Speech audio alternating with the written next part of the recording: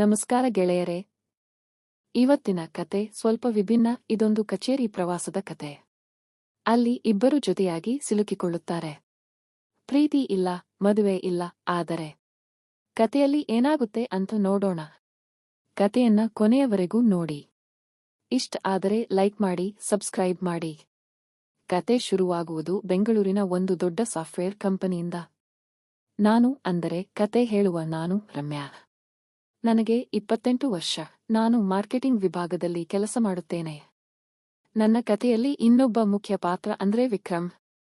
ಅವನು ನಮ್ಮದೇ ಕಂಪನಿಯಲ್ಲಿ ಸಾಫ್ಟ್ವೇರ್ ಇಂಜಿನಿಯರ್. ವಿಕ್ರಮ್ ನೋಡಲು ಅಂದವಾಗಿದ್ದಾನೆ, ಬುದ್ಧಿವಂತನೂ ಹೌದು. ಆದರೆ ಅವನಿಗೆ ಸ್ವಲ್ಪ ಮುಂಗೋಪ ಜಾಸ್ತಿ.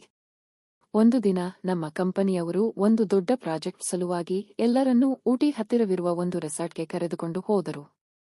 ಇದು 3 ದಿನದ ಟ್ರಿಪ್ನಲ್ಲಿ ಕೆಲಸದ ಜೊತೆಗೆ ಸ್ವಲ್ಪ ಮನರಂಜನೆ ಇತ್ತು.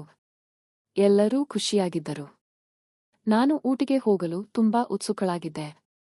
ಏಕೆಂದರೆ ನಾನು ಯಾವತ್ತೂ ಊಟಿಗೆ ಹೋಗಿರಲಿಲ್ಲ. ಬಸ್ಸು ಹೊರಟಾಗ ನನ್ನ ಪಕ್ಕದಲ್ಲಿ ನನ್ನ ಗೆಳತಿ ಪ್ರಿಯಾ ಕುಳಿತಿದ್ದಳು. ನಾವು ಹರಟೆ ಹೊಡೆಯುತ್ತಾ, ಹಾಡುಗಳನ್ನು ಕೇಳುತ್ತಾ ಪ್ರಯಾಣ ಬೆಳೆಸಿದೆವು. ಊಟಿಗೆ ಹೋದ ಮೇಲೆ ಎಲ್ಲರಿಗೂ ರೂಮ್ ಹಂಚಲಾಯಿತು. ನನಗೆ ನನ್ನ ರೂಮ್ಮೇಟ್ ಯಾರೆಂದು ತಿಳಿಯಿತು. ಅದು ಬೇರೆ ಯಾರೂ ಅಲ್ಲ, ವಿಕ್ರಮ್.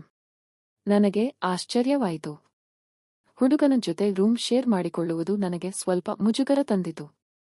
ಆದರೆ ಬೇರೆ ದಾರಿ ಇರಲಿಲ್ಲ. ಏನ್ ರಮ್ಯಾ, ಶಾಕ್ ಆಯ್ತಾ? ವಿಕ್ರಮ್ ನಗುತ್ತಾ ಕೇಳಿದ. ಸ್ವಲ್ಪ ನಾನು ತಡಬಡಾಯಿಸುತ್ತಾ ಹೇಳಿದೆ. ಚಿಂತೆ ಮಾಡ್ಬೇಡ, ನಾನೇನು ನಿನ್ನ ತೊಂದರೆ ಮಾಡಲ್ಲ. ನಾವಿಬ್ಬರು ಫ್ರೆಂಡ್ಸ್ ತರ ಇರೋಣ, ವಿಕ್ರಮ್ ಹೇಳಿದ. ಆ ರಾತ್ರಿ ನಾವು ಊಟ ಮಾಡಿಕೊಂಡು ರೂಮಿಗೆ ಬಂದೆವು. ವಿಕ್ರಮ್ ಲ್ಯಾಪ್ಟಾಪ್ ತೆಗೆದುಕೊಂಡು ಕೆಲಸ ಮಾಡಲು ಕುಳಿತ. ನಾನು ಪುಸ್ತಕ ಓದುತ್ತಾ ಕುಳಿತೆ. ರೂಮಿನಲ್ಲಿ ಒಂದು ರೀತಿಯ ಮೌನ ಆವರಿಸಿತ್ತು. ನಾನು ಆಗಾಗ ವಿಕ್ರಮ್ ಕಡೆ ಕಣ್ಣು ಹಾಯಿಸುತ್ತಿದ್ದೆ. ಅವನ ಮುಖದಲ್ಲಿ ಏನೋ ಗಂಭೀರತೆ ಇತ್ತು.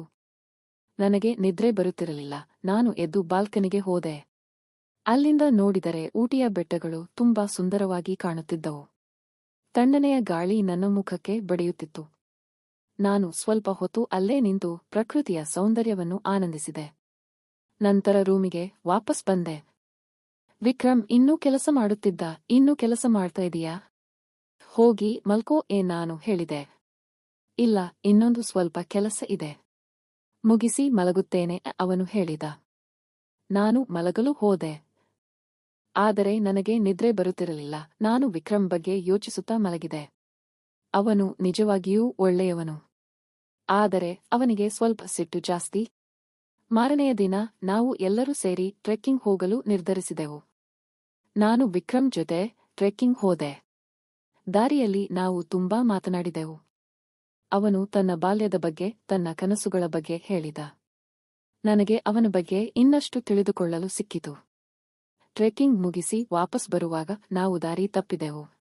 ಕತ್ತಲಾಗುತ್ತಿತ್ತು. ನಮಗೆ ಏನು ಮಾಡಬೇಕೆಂದು ತಿಳಿಯಲಿಲ್ಲ. ನಾವು ಭಯದಿಂದ ಕೂಡಿ ಕುಳಿತೆವು. ಏನ್ ಮಾಡೋದು ವಿಕ್ರಮ್?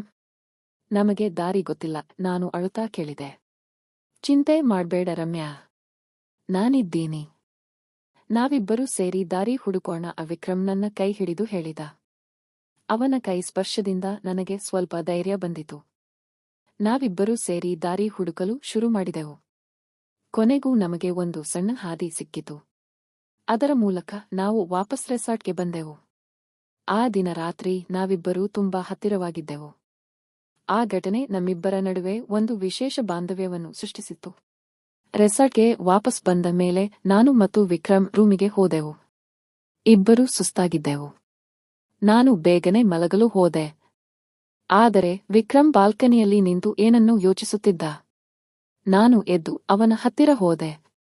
ಏನ್ ಯೋಚನೆ ಮಾಡ್ತಾ ಇದೀಯಾ ನಾನು ಕೇಳಿದೆ. ಏನಿಲ್ಲ, ಸುಮ್ನೆ ಅವನು ಹೇಳಿದ. ಆದರೆ ಅವನ ಮುಖದಲ್ಲಿ ಏನೋ ರಹಸ್ಯವಿತ್ತು. ನನಗೆ ಹೇಳು ವಿಕ್ರಮ್, ಏನಾಗಿದೆ ನಾನು ಒತ್ತಾಯಿಸಿದೆ. ನಿನಗೆ ಹೇಳಲು ಸ್ವಲ್ಪ ಹಿಂಜರಿಯುತ್ತೇನೆ, ಆದರೆ ಬೇರೆ ದಾರಿ ಇಲ್ಲವೇ ಅವನು ಹೇಳಿದ. ಏನದು ನಾನು ಕುತೂಹಲದಿಂದ ಕೇಳಿದೆ. ನಾನು ನಿನ್ನನ್ನೂ ಇಷ್ಟಪಡುತ್ತೇನೆ ರಮ್ಯಾ ಅವನು ಹೇಳಿದ. ನನಗೆ ಆಶ್ಚರ್ಯವಾಯಿತು. ನಾನು ಅವನನ್ನು ಇಷ್ಟಪಡುತ್ತೇನೆ ಎಂದು ನನಗೆ ಗೊತ್ತಿತ್ತು. ಆದರೆ ಅವನು ನನ್ನನ್ನೂ ಇಷ್ಟಪಡುತ್ತಾನೆ ಎಂದು ನಾನು ಯಾವತ್ತೂ ಅಂದುಕೊಂಡಿರಲಿಲ್ಲ. ನನಗೂ ನಿನ್ನನ್ನೂ ಇಷ್ಟಪಡುತ್ತೇನೆ ವಿಕ್ರಮ್, ನಾನು ಹೇಳಿದೆ. ಅವನು ನನ್ನನ್ನು ಹತ್ತಿರಕ್ಕೆ ಎಳೆದುಕೊಂಡ. ನನ್ನ ಕಣ್ಣಲ್ಲಿ ಕಣ್ಣಿಟ್ಟು ನೋಡಿದ. ಆ ಕ್ಷಣದಲ್ಲಿ ಸಮಯ ನಿಂತಂತೆ ಆಯಿತು. ನಾವು ಒಬ್ಬರಿಗೊಬ್ಬರು ಹತ್ತಿರವಾಗುತ್ತಿದ್ದೆವು. ಆದರೆ ನಾನು ಅವನನ್ನು ತಡೆದೆ. ಇದು ತಪ್ಪು ವಿಕ್ರಮ್. ನಾವಿಬ್ಬರೂ ಆಫೀಸಿನಲ್ಲಿ ಕೆಲಸ ಮಾಡುತ್ತೇವೆ. ನಮ್ಮ ನಡುವೆ ಏನಾದರೂ ಆದರೆ ಅದು ಸರಿ ಇರುವುದಿಲ್ಲ, ನಾನು ಹೇಳಿದೆ. ನನಗೆ ಗೊತ್ತು ರಮ್ಯಾ. ಆದರೆ ನಾನು ನಿನ್ನನ್ನು ಇಷ್ಟಪಡುತ್ತೇನೆ. ನಿನ್ನಿಂದ ದೂರ ಇರಲು ಸಾಧ್ಯವಿಲ್ಲ, ಅವನು ಹೇಳಿದ. ನಾನು ಏನು ಹೇಳಬೇಕೆಂದು ನನಗೆ ತಿಳಿಯಲಿಲ್ಲ. ನಾನು ಅವನನ್ನು ತಳ್ಳಿ ರೂಮಿನ ಒಳಗೆ ಹೋದೆ. ನಾನು ಮಲಗಲು ಪ್ರಯತ್ನಿಸಿದೆ. ಆದರೆ ನನಗೆ ನಿದ್ರೆ ಬರುತ್ತಿರಲಿಲ್ಲ. ಮಾರನೆಯ ದಿನ ನಾವು ಎಲ್ಲರೂ ವಾಪಸ್ ಬೆಂಗಳೂರಿಗೆ ಹೊರಟೆವು. ಬಸ್ಸಿನಲ್ಲಿ ನಾನು ವಿಕ್ರಮ್ನಿಂದ ದೂರ ಕುಳಿತೆ. ನಾನು ಅವನ ಕಡೆ ನೋಡಲು ಸಹ ಹೆದರುತ್ತಿದ್ದೆ. ಬೆಂಗಳೂರಿಗೆ ಬಂದ ಮೇಲೆ ನಾನು ವಿಕ್ರಮ್ನನ್ನು ಅವಾಯ್ಡ್ ಮಾಡಲು ಶುರು ಮಾಡಿದೆ. ನಾನು ಅವನ ಫೋನ್ ಕಾಲ್ ರಿಸೀವ್ ಮಾಡುತ್ತಿರಲಿಲ್ಲ, ಅವನ ಮೆಸೇಜ್ಗಳಿಗೆ ರಿಪ್ಲೈ ಮಾಡುತ್ತಿರಲಿಲ್ಲ. ಒಂದು ದಿನ ಅವನು ನನ್ನನ್ನು ಆಫೀಸಿನಲ್ಲಿ ಮಾತನಾಡಿಸಲು ಬಂದ. ಏನ್ ರಮ್ಯಾ, ನನ್ನಿಂದ ದೂರ ಹೋಗ್ತಾ ಇದೀಯಾ, ಅವನು ಕೇಳಿದ. ಹೌದು. ಇದು ಸರಿ ಅಲ್ಲ, ನಾವಿಬ್ಬರೂ ಫ್ರೆಂಡ್ಸ್ ಆಗಿ ಇರೋಣ, ನಾನು ಹೇಳಿದೆ. ಸರಿ, ನಿನ್ನ ಇಷ್ಟ, ಅವನು ಹೇಳಿದ. ಅವನ ಮುಖದಲ್ಲಿ ನಿರಾಸೆ ಎದ್ದು ಕಾಣುತ್ತಿತ್ತು. ನಾನು ಅವನನ್ನು ನೋಡಿ ಬೇಸರಗೊಂಡೆ. ಆದರೆ ಬೇರೆ ದಾರಿ ಇರಲಿಲ್ಲ. ನಾನು ಸರಿಯಾದ ನಿರ್ಧಾರ ತೆಗೆದುಕೊಂಡಿದ್ದೇನೆ ಎಂದು ನನಗೆ ಅನಿಸಿತು. ಆದರೆ ನನ್ನ ಮನಸ್ಸಿನಲ್ಲಿ ಅವನ ಮೇಲಿನ ಪ್ರೀತಿ ಹಾಗೆಯೇ ಇತ್ತು. ನಾನು ಅವನನ್ನು ಮರೆಯಲು ಸಾಧ್ಯವಾಗಲಿಲ್ಲ. ಕೆಲವು ದಿನಗಳ ನಂತರ ನಮ್ಮ ಕಂಪನಿಯಲ್ಲಿ ಒಂದು ಪಾರ್ಟಿ ಇತ್ತು. ನಾನು ಆ ಪಾರ್ಟಿಗೆ ಹೋಗಲು ನಿರ್ಧರಿಸಿದೆ.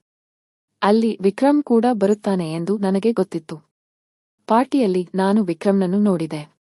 ಅವನು ಬೇರೆಯವರ ಜೊತೆ ಮಾತನಾಡುತ್ತಿದ್ದ. ನನ್ನನ್ನು ನೋಡಿದಾಗ ಅವನು ನನ್ನನ್ನು ನೋಡಿ ನಕ್ಕ. ನಾನು ಅವನ ಹತ್ತಿರ ಹೋದೆ. ಹೇಗಿದ್ದೀಯಾ ವಿಕ್ರಮ್, ನಾನು ಕೇಳಿದೆ. ಚೆನ್ನಾಗಿದ್ದೀನಿ. ನೀನು ಹೇಗಿದ್ದೀಯಾ, ಅವನು ಕೇಳಿದ. ನಾನು ಚೆನ್ನಾಗಿದ್ದೀನಿ, ನಾನು ಹೇಳಿದೆ. ನಾವು ಸ್ವಲ್ಪ ಹೊತ್ತು ಮಾತನಾಡಿದೆವು. ನಂತರ ಅವನು ನನ್ನನ್ನು ಡಾನ್ಸ್ ಮಾಡಲು ಕರೆದ. ನಾನು ಅವನ್ ಜೊತೆ ಡಾನ್ಸ್ ಮಾಡಿದೆ. ಡಾನ್ಸ್ ಮಾಡುವಾಗ ನಾವು ತುಂಬಾ ಹತ್ತಿರವಾಗಿದ್ದೆವು. ಆ ಕ್ಷಣದಲ್ಲಿ ನಾನು ಎಲ್ಲವನ್ನೂ ಮರೆತು ಅವನಿಗೆ ಶರಣಾದೆ. ನಾನು ಅವನನ್ನು ಪ್ರೀತಿಸುತ್ತೇನೆ ಎಂದು ನನಗೆ ಅರ್ಥವಾಯಿತು. ನಾನು ಅವನಿಂದ ದೂರ ಇರಲು ಸಾಧ್ಯವಿಲ್ಲ. ಪಾರ್ಟಿ ಮುಗಿದ ಮೇಲೆ ನಾವು ಇಬ್ಬರೂ ಹೊರಗೆ ಸ್ವಲ್ಪ ಸಮಯ ಮಾತನಾಡಿ ನಂತರ ನಮ್ಮ ಮನೆಗಳ ಕಡೆ ಹೋದೆವು. ಇದಿಷ್ಟು ಇವತ್ತಿನ ಕತೆ. ನಿಮಗೆಲ್ಲ ಇಷ್ಟ ಆಯ್ತು ಅಂತ ಅಂದುಕೊಂಡಿದ್ದೀನಿ. ಈ ಕತೆ ಕೇವಲ ಕಾಲ್ಪನಿಕ. ಯಾರನ್ನೂ ನೋಯಿಸುವ ಉದ್ದೇಶ ನಮಗಿಲ್ಲ. ದಯವಿಟ್ಟು ಲೈಕ್ ಮಾಡಿ, ಶೇರ್ ಮಾಡಿ ಮತ್ತು ಸಬ್ಸ್ಕ್ರೈಬ್ ಮಾಡಿ. ಮುಂದಿನ ಕತೆಯಲ್ಲಿ ಸಿಗೋಣ. ಧನ್ಯವಾದಗಳು.